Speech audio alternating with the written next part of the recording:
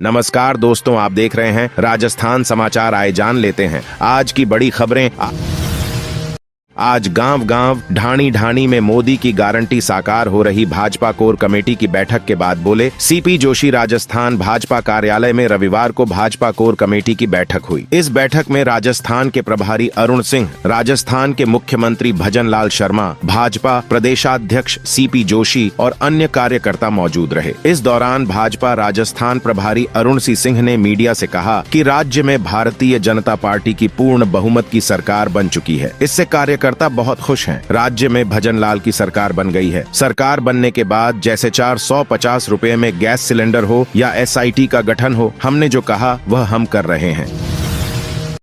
कर्मचारियों की 1 मिनट देरी बर्दाश्त नहीं। महीनों से पेंशन, एरियर और बोनस अटकाने वाले अफसरों को छूट। राजस्थान में सरकारी कार्यालयों में कर्मचारियों के अनुशासन को लेकर सरकार जो कदम उठा रही है उसकी तारीफ हो रही है, लेकिन राज्य के वित्तीय अनुशासन बिगाड़ने वाले अफसरों पर कार्रवाई कब होगी? राजस्थान के सरकारी कर्मचारी अब पलटकर सरकार से यह सवाल पूछ रहे हैं। वेतन, pension, arrear, TADA, GPF, surrender leave से लेकर तमाम भुगतानों के लिए महीनों से कर्मचारी और पेंशनर भटक रहे हैं। करीब 4000 करोड़ रुपए अटके हैं, जिनमें 2000 करोड़ रुपए पेंशनर्स के और 2000 करोड़ रुपए कर्मचारियों के अलग अलग मदों में बकाया है। कुछ कर्मचारी सरकार के खिलाफ कोर्ट पहुंच गए हैं, कुछ जाने की तैयारी में है।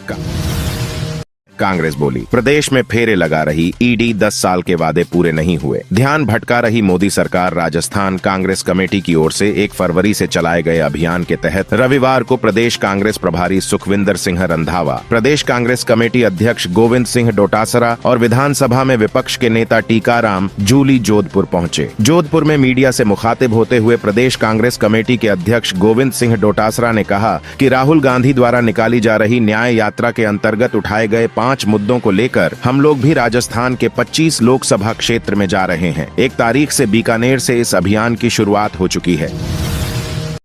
CMO में एक और सीनियर अफसर की तैनाती। आलोक गुप्ता होंगे CM के प्रमुख सचिव। राजस्थान की ब्यूरोक्रेसी में बहुत कुछ अप्रत्याशित हो रहा है। IAS शिखर अग्रवाल को मुख्यमंत्री भजन लाल शर्मा के CMO का चार्ज दिए अभी 24 घंटे भी नहीं हुए थे कि प्रमुख सचिव आलोक गुप्ता को भी CMO में नियुक्ति के आदेश जारी कर दिए गए हैं। हाल ही में उनका प्रशासनिक सुधार विभाग से डिस्कॉम के CMD पद पर तबादला किया गया था।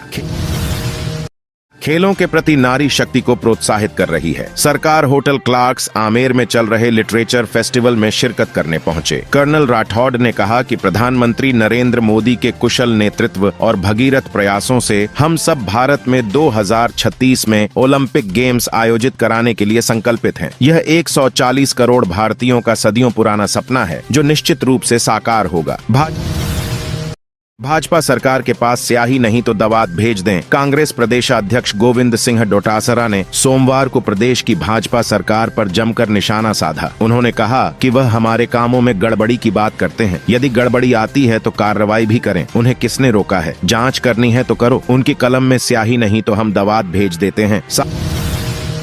सांसद जसकौर मीणा ने पेश किया अपने कार्यकाल के कार्यों का हिसाब। कांग्रेस पर लगाए तमाम आरोप। राजस्थान की दौसा सांसद जसकौर मीणा ने अपने बीते लगभग 5 साल के कार्यों का बजट जनता के लिए मीडिया के सामने पेश किया। उन्होंने कहा कि चाहे ERCP हो, स्वास्थ्य महकमा हो, जन कल्याणकारी योजनाएं हो या जनता से जुड़े मुद्दे, इन सभी पर मैं काम किया है और अब मेरा कार्यकाल पूरा होता चला जा रहा है। इसलिए मैं अपने पिछले लगभग 5 साल का मेरे द्वारा कराए गए कामों को जनता के सामने रखना चाहती हूँ। वसुंधरा से ज्यादा भजन लाल ने पैसा खर्च किया। राजस्थान विधानसभा चुनाव में विधायकों ने कितना पैसा खर्च किया, इसका हिसाब किताब चुनाव आयोग को बताया है। अपने प्रचार में हर विधायक ने औसतन 22-53 लाख रुपए खर्च किए हैं। इस मामले में बीजेपी के विधायक कांग्रेस से आगे रहे हैं। CM भजन लाल शर्मा ने वसुंधरा राजे से लगभग डबल पैसा खर्च किया। वहीं कांग्रेस में अशोक गहलोत का खर्च सचिन पायलट से डबल है। मंत्रियों में सबसे ज्यादा पैसे हीरालाल नागर ने खर्च किए और सबसे कम किरोड़ी लाल मीणा ने। ADR की रिपोर्ट में विधायकों के चुनाव खर्च को लेकर कई रोचक फैक्ट्स सामने आए हैं।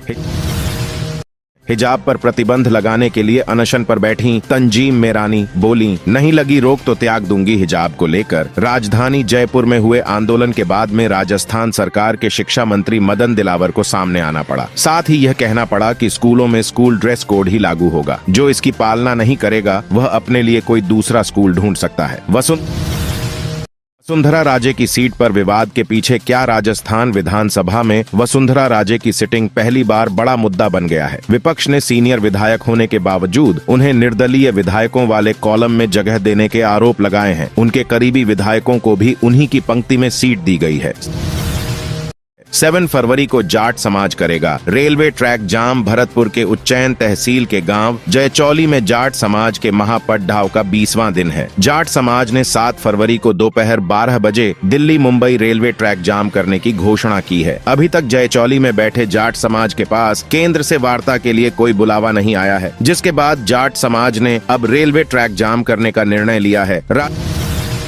राजस्थान में आज 3 जिलों में बारिश का अलर्ट। राजस्थान में एक्टिव हुए वेस्टर्न डिस्टर्बेंस के प्रभाव से देर रात तक जयपुर समेत 8 से ज्यादा जिलों में तेज बारिश हुई। सबसे ज्यादा बारिश धौलपुर में 35 mm 1 इंच से ज्यादा दर्ज हुई। बारिश से भरतपुर, धौलपुर और अलवर में सरसों की फसल को काफी नुकसान हुआ है। आज बूंदी, कोटा और बारां में हल्की बारिश हो सकती है। श्रीगंगानगर, बीकानेर, चूरू, सीकर, अलवर और झुंझुनू में आज सुबह 10 बजे बाद कोहरा छाने लगा है। हल्के बादल भी रहे, फिर मौसम साफ होने लगा।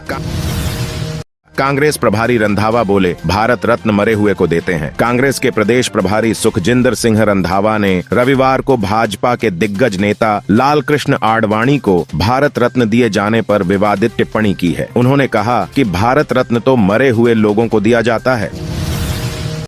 सीनियर टीचर के 347 पदों पर वैकेंसी। राजस्थान लोक सेवा आयोग RPSC की ओर से निकाली गई संस्कृत शिक्षा विभाग में 6 विषयों के सीनियर टीचर के कुल 347 पदों पर आवेदन कल यानी 6 फरवरी से किए जा सकते हैं। इनमें हिंदी, अंग्रेजी, सामाजिक विज्ञान, संस्कृत और गणित विषय शामिल हैं। इन पदों के लिए आवेदन की लास्ट डेट 6 मार्च 2024 है।